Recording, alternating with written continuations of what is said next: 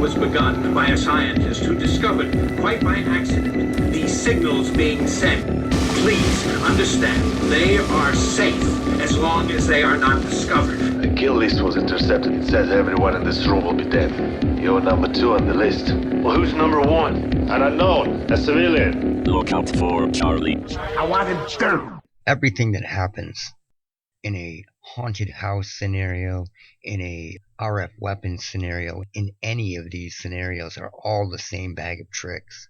It's frequency.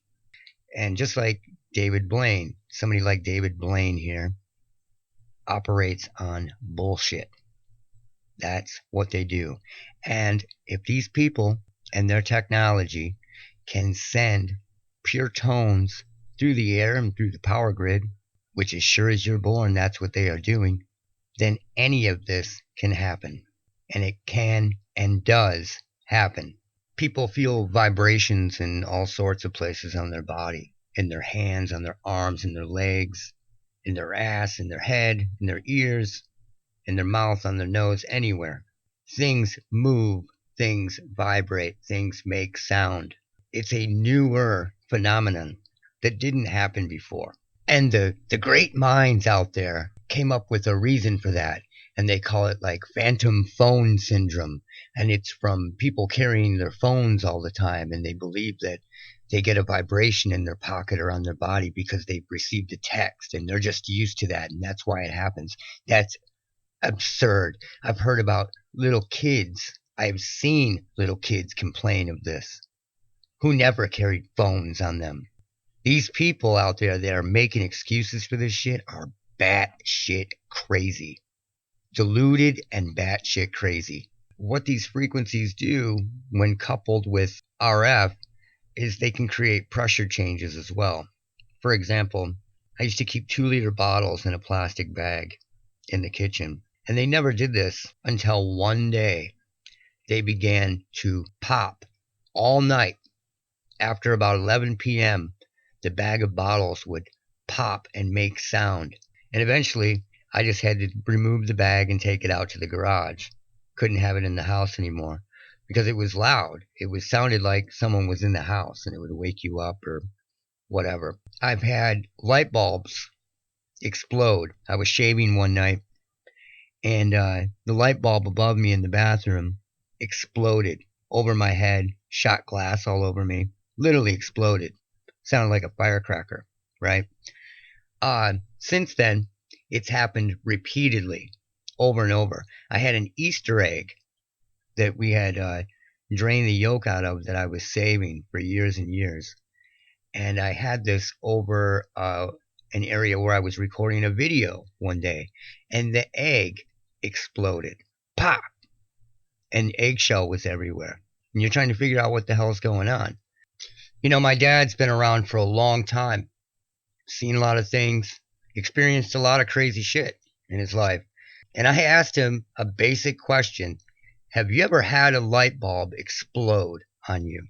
Literally explode while it was on the grid, like in a bathroom, in a garage, anything, without being touched, just explode. And he had never heard of that, never seen it, never experienced it. In all his years, he had never, ever heard of something like that happening. But in 2019, 2020, when it started happening, it was totally possible. And then started happening all the time. Amazing. And I've talked about this before, but these bulbs, these incandescent bulbs, old school bulbs, which I use still, cannot handle the pulsing and all the shit, the pure tones that are on the grid, everything, right? And this is why they wanted to get rid of incandescent bulbs, because people would realize something was up. You know, going through 5 light bulbs, 6 light bulbs in a 2-week period, easily. This is what's going on. They would realize it. So they had to phase out these incandescent bulbs and get people using these other bulbs for ridiculous reasons. When you have bulbs exploding, it just goes to prove it. Especially when somebody has lived years and years before this and never heard of that happening. Let me show you a simple example of frequency moving an object. You have to remember, you can do the same thing with ELF and ultrasonic frequencies that people wouldn't be able to hear. They may be able to feel it, but they wouldn't be able to hear it. So check this out.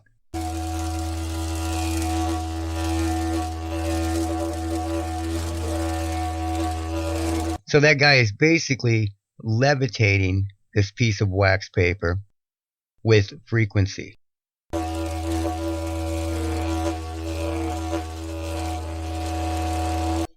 And notice that it follows when he moves it. Let's back it up again. Wherever he moves it, it moves, and it almost wants to go up the tube. So that frequency is making it basically defy gravity. And you have to understand what exactly can be done with that, and the trickery that can be applied with that.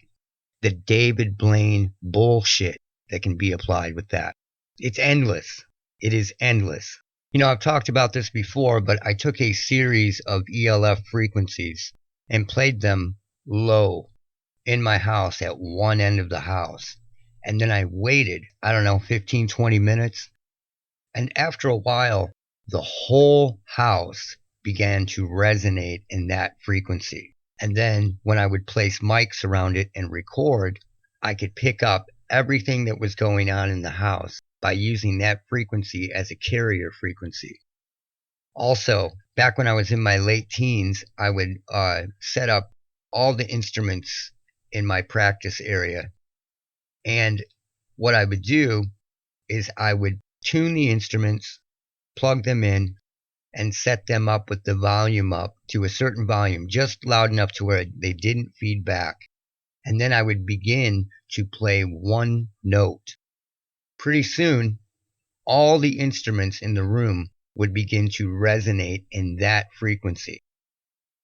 And I would do all kinds of crazy shit with this, and I called it my one-man band, because I would have this whole drone ensemble that sounded like electric bagpipes going on. It was really fun to do, but it goes to show what you can do with frequency. Everything will begin to resonate like that. And when you throw dissonant frequencies in there, you can do a lot with it. You are surrounded by ELF right now, and it is probably so loud that if it were pitched up to an audible frequency, it would be unbearable for you. So let's check out this wine glass demonstration. That's it. Yeah. This is the that's exact it. tone Thanks. to make this particular glass vibrate. I can feel the glass shaking, but I can't see it. He can feel the glass shaking, but he can't see it.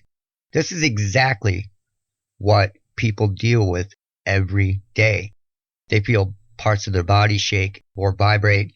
They feel things happen in the house, all sorts of different things. It's all frequency. It's one bag of tricks. If I add a straw, then it's more obvious. Now watch the straw do basically what that guy did earlier with the wax paper. So what's happening here? Now the straw is going to actually jump out of the glass. The straw gets tossed side to side, but I can't see why. Think about this. Really think about it. And then think about some of what you may have experienced in haunted house scenarios or weaponized RF scenarios. Boom. So imagine light bulbs blowing up like that. Now imagine if that was sent through the power grid. It completely explains light bulbs blowing up. Oh, this is amazing. Look at how this moves, and then think about the video that I just put out about the YouTuber getting hit with the voice of God weapon when he was talking about Randy Weaver. What felt like the whole goblet vibrating, the rim bending back and forth, 337 times a second, the same rate as the sound waves. Look at that. Let's check that out real quick. See the way the blinds move when that pulse came in? Let's go back to a regular version. It's just sad. It's just sad. It's just sad. These wine glasses and other objects are doing the exact same things. In the sound waves, you can see what's happening. One wave comes out of the speaker and pushes the side of the wine glass. The glass bounces back just when another sound wave pushes it again. If the timing or frequency of the sound waves is exactly right, the motion will build until the glass breaks. It is all frequency. It is all frequency. It is just a bag of tricks. And mainly, they're all old tricks, which can be implemented now because of newer technology that it can ride on and infrastructure. So you'll get people that'll say, I felt something touch me. And I don't doubt that you actually felt something touch you. But it is a magic trick that this is a very real vibration that have basically been building and growing since the hum became present. And all the evidence that I've shown in my channel backs that up. It's on the grid, it's in the air, it's in the ground, but it's strongest in the home. You talk to anybody that experiences this, and all their experiences are stronger and a little bit different when they're in their house than when they're in the middle of nowhere. It's just different. Even if they can still hear the buzz, hear the frequencies, or feel it, or whatever, it's a little bit different. So it's out there in the air, but it is on the grid. And it is doing the same thing that they just showed you can be done with a wine glass, or like the dude did with the wax paper. These are mainly sensations and tricks. And then you have the whole Shilling thing that we were talking about in the last video, or the video before last. You have this bacteria in you to cause pain. You don't have to cause pain to the body. And this is where it gets really crazy. All you have to do is agitate the bacteria with the bacteria frequency, a frequency that would agitate that bacteria or cause them to rapidly reproduce. And there was the girl who got the flesh-eating bacteria on her face from her cell phone, right? And they actually admitted this in mainstream news, that the frequencies from her cell phone were causing the bacteria to reproduce at a more rapid pace. And that does happen.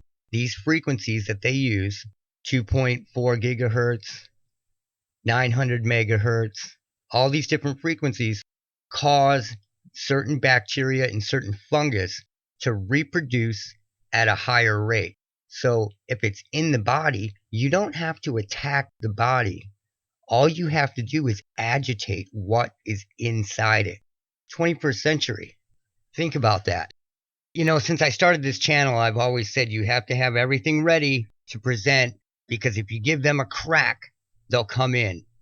And I've noticed over the years that this comes in waves, and it really does. Part of it is bot chili, keywords. If you use certain keywords on your videos, they'll suddenly come in. For example, when I first put out the video that contains the guy that was told by God when he did mushrooms that God could stop his heart, when I put that video out, I originally put God threatens guy on mushrooms, something like that, in the title, just for 10 minutes as a test. And within that 10 minutes, I got about 15 or 20 copy and paste comments about God. And there is no way that these people found my channel that fast. Do you understand what I'm saying? That quickly, there were Bible quotes and telling me to repent and stuff. So I just changed the title after I was done with the experiment, and those comments stopped. So when you put certain words in, it invites it. There's bots, there's shills, and then there's the NPC mole types that are just operating these sock puppets. And when you give them a crack, they come in. In my description box where I was mentioning Shilly comments, I forgot to mention the whole paranormal demon thing. So if you believe that demons are real and seeping into the frequencies of these recordings, stop coming to this channel and unsubscribe.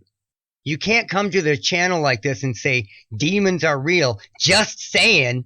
I work to put this evidence out, prepare the evidence to prove it. And why should I do that? If somebody can just come along and say, this is real, just saying, then that means that I can go on the internet and just say, this is all real, just saying. I don't have to present evidence. I don't have to present anything. I can just say, just saying. And I'm not going to get into the trap of answering the same EVP, ghost, and demon questions all the time. If that's what you believe, go subscribe to any of the millions of ghost channels that show you fake or grossly misinterpreted evidence. Because no one that seriously subscribes to this channel believes these are ghoulies coming up through the airwaves. And it has been disproven on this channel over and over and over. I already proved years and years ago that these are man-made. And I'm constantly adding to this body of evidence. That's what I'm doing. Not putting something up and saying, what is this? You can tell by the spectral analysis that it is man-made. Which brings me to this. These botchill narrative posters have resorted to flat out lying in the comments. They literally make shit up, intentionally misinterpret what's being said, or flat out lie. Then they get the hammer and complain that they're being bashed or censored. Typical tricks, man. Typical tricks. Be very, very suspect of the comment section. Always. There is either a ring of truth to something, or the comment will sound as though it's trying to steer the viewer somewhere else. And that's very, very easy to see. That's it for now. Look out for Charlie. I don't like the world now. I mean, before I always knew I was a son of a bitch. But now I'm the only son of a bitch I know. Hey, make way for a real human being. Get out of the way, yeah.